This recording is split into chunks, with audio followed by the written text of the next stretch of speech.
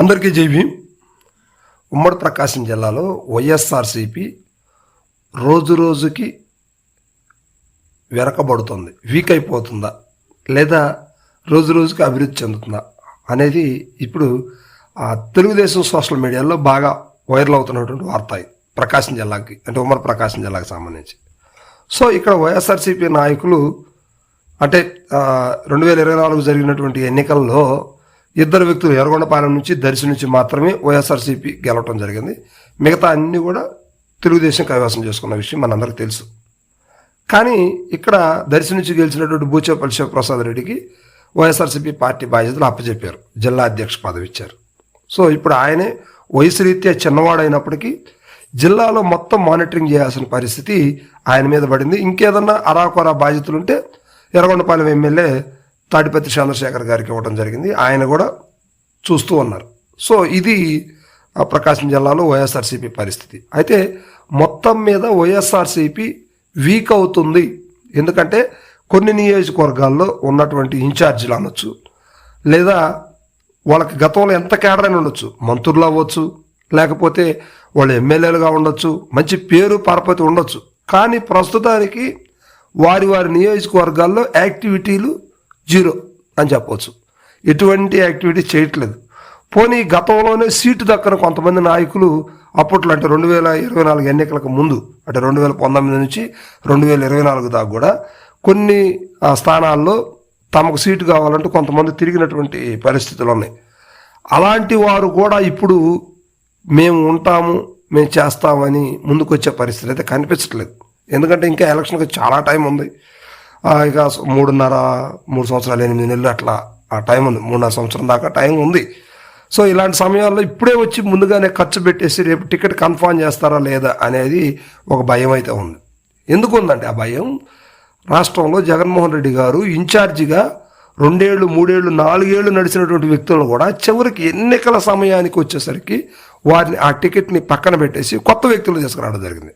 So maybe Jaganmohan Reddy ఓటమికి కారణాల్లో కొన్ని కారణాల్లో ప్రధానమైనటువంటి ఓటమికి గల ప్రధాన కారణాలు ఏమన్నా ఉన్నాయంటే స్థానచలనం చేయడం అనేది కూడా భయంకరమైనటువంటి ఇబ్బందికరమైనటువంటి వార్తే. ఎందుకంటే ఎప్పుడో గతం నుంచి ఆ నియోజకవర్గాన్ని పెనవేసుకొని ఆ నియోజకవర్గంతో ఎంతో ర్యాపిడ్ అనుబంధం ఉన్నటువంటి వ్యక్తులను కూడా స్థానచలనం చేశారు జగన్మోహన్ రెడ్డి గారు. సో దీనివల్ల చాలామంది హర్ట్ అయ్యారు. నాయకులు కూడా ఇష్టంగా పోలేకపోయారు. సరే ఏదో ఒకటి జగన్మోహన్ రెడ్డి ఇచ్చిన టికెట్ కదా, సరే ఆయన చెప్పాడు, అధిష్టానం మాట అనేది శిరసా వహించాలి, లేకపోతే టికెట్ అనేది కష్టమైపోతుంది. అదిగాక జగన్మోహన్ రెడ్డి క్రేజ్ బాగా ఉంది. ఎందుకంటే అప్పుడు సిద్ధం సభల్లో మనం చూసాం కదా, బాగా ఉంది కనుక ఖచ్చితంగా గెలుస్తాము అనే ఆలోచన అయితే ప్రతి ఒక్కళ్ళు ఉందన్నమాట. సో అందువలన వాళ్ళు ఎక్కడ టికెట్ ఇచ్చినా కూడా తల ఉంచుకొని వెళ్ళి పోటీ చేయడం జరిగింది. ఘోరంగా ఓటమి పాలయ్యారు. సరే ఇది ట్యాంపరింగ్ చేశారా లేకపోతే రిగ్గింగ్ చేశారా అనేది సెకండ్ విషయం. కానీ ఓటమికి గల కారణాల్లో ఇవి ప్రధాన కారణాలని మనం గుర్తుంచుకోవాలి ఎప్పుడైనా కూడా. సో అదేవిధంగా ఇప్పుడు ఉన్నటువంటి బాధ్యతల్ని పెంచుకోవటానికి ముందు ఇప్పుడున్నటువంటి ఇన్ఛార్జీలు ఎవరు కూడా ముందుకు రావట్లేదు.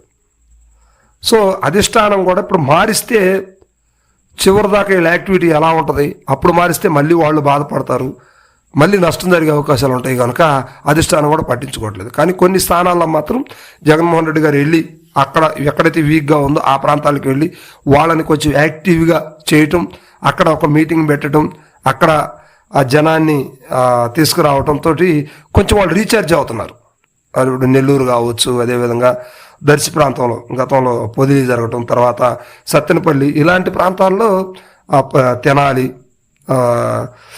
ఇట్లాగా మొన్న చిత్తూరు జిల్లాలో జరిగినటువంటి విషయాలు కదా, ఇవన్నీ కూడా ఏంటంటే కొంచెం జగన్మోహన్ రెడ్డికి ప్లస్ అని చెప్పచ్చు. అంటే పార్టీకి ప్లస్, కానీ ఉన్నటువంటి స్థానాల్లో ప్లస్ అనేది కాదనమాట. సో ఇలాంటి పరిస్థితుల్లో ప్రకాశం జిల్లాలో మాత్రం ఉన్నటువంటి కొంతమంది ఇన్ఛార్జీలు పూర్తిగా వెనకబడినటువంటి పరిస్థితులు కనిపిస్తూ ఉన్నాయి. మరి జగన్మోహన్ రెడ్డి గారు ఎలాంటి నిర్ణయాలు తీసుకుంటారు ఏంటి అనేది మాత్రం ఖచ్చితంగా వెయిట్ చేయాల్సిన పరిస్థితి ఉంది. మరి మన ఛానల్ అందరూ కూడా చూస్తున్నారు కానీ లైక్ చేయట్లేదు, షేర్ చేయట్లేదు, కామెంట్ చేయట్లేదు.